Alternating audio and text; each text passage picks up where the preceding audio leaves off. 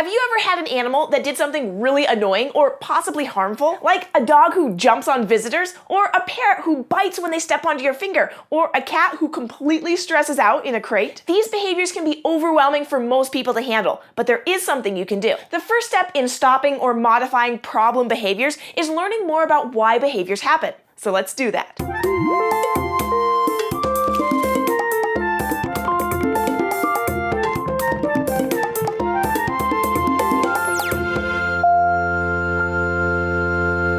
Behaviors happen when an animal does something. Anything. Once the animal does a behavior, they immediately encounter the effects of that behavior. The effects could be reinforcing, punishing, or neutral. To learn more about how this works, check out our video on the law of effect. Very simply put, an animal keeps doing something if it makes them feel good. For over 100 years, behaviorists have been studying how controlling the effects an animal encounters after a behavior can change or modify that animal's behavior. If you'd like to know how you can modify an animal's behavior, also known as teaching or training, check out our video on operant conditioning. Today, we're going to talk about how you can change a behavior that's already well established, a behavior that's not desirable. We're going to use something called differential reinforcement. This is when you reinforce a specific kind of behavior while withholding reinforcement for other kinds of behavior. This allows you to avoid using punishment, which is great because punishment isn't a fun way to learn, and reinforcement is stronger than punishment anyway. Differential reinforcement can be used in 4 different ways. 1. DRI, or differential reinforcement of incompatible behavior. 2. DRA, or differential reinforcement of alternative behavior. 3. DRO, or differential reinforcement of other behavior. And 4. DRL, or differential reinforcement of low rate. Here's some examples of how these work in real life. DRI, where we reinforce an incompatible behavior. The dog jumps on visitors. Instead of punishing the dog, find a behavior that's incompatible with jumping. Like sitting. The dog can't sit and jump at the same time, so it's incompatible behaviors.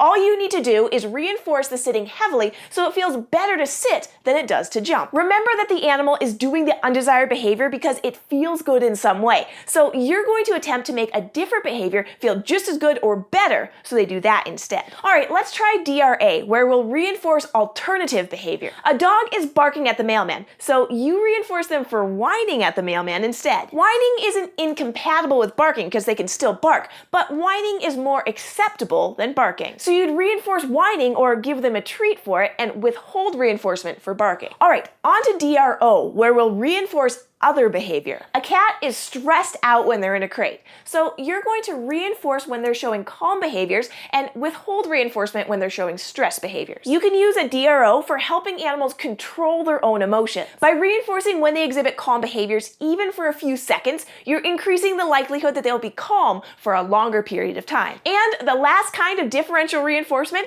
is DRL, where we're aiming to decrease the frequency of a behavior but not eliminate it altogether. This can be difficult for many animals to understand, since the criteria are predetermined by the trainer and unknown to the animal. Here's an example of how this could be applied. A parrot asks to be groomed constantly, so you'll reinforce them only when they ask to be groomed a few times during a session and withhold reinforcement if they ask for it constantly. Since asking to be groomed is an acceptable behavior, you just want to reduce the frequency of it, but not eliminate it altogether. Now that we've covered all 4 kinds of differential reinforcement, I hope you'll be able to brainstorm creative ways to decrease unwanted behaviors and increase desired behaviors using only reinforcements. Thanks for watching. If you've enjoyed learning about animal behavior, make sure to check out the rest of the videos in our training playlist. Link is below. And if you'd like to go on an adventure with us every week, subscribe to our YouTube channel, Animal Wonders Montana. Thanks, and see you next week. We took him into the vet clinic to see how we could best help him become as healthy as possible. The first thing that our vet said was that she thought he was much older than 4 years old because of the condition of the skin on his ears.